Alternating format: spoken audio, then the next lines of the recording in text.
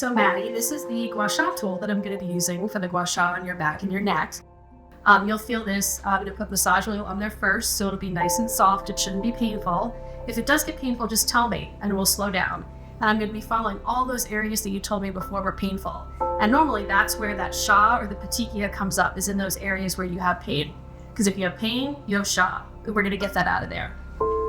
But true therapeutic Gua Sha is with the intent to create a transitory petechiae response in the body. So it's therapeutic, but it is also temporary. But it helps to create relief in the area where we're actually doing Gua Sha. So when we say scraping, we're not scraping the skin. There's no injury to the skin. And you only have Sha come up if you have pain in a certain area. And we can do Gua Sha in many different places for many different things. For example, sometimes I'll use it for my clients who have neck pain and back pain, or that burning pain that we've all gotten sometimes between our scapula when we've been on the computer too much or had too much stress. Frequently we'll use Gua Sha before I use needles because it provides the needles with a head start in terms of getting rid of a lot of that stagnant cellular waste that's there in the tissue and in the acupuncture channels. So the interesting thing about Gua Sha, used thousands of years ago, is part of the Chinese character for Gua Sha is also part of the character for cholera. So it was often used in diseases with high fever diseases. But like everything in Chinese medicine, in traditional Chinese medicine, it's based on observing in nature how people got better, how people got worse. And one of the things that was observed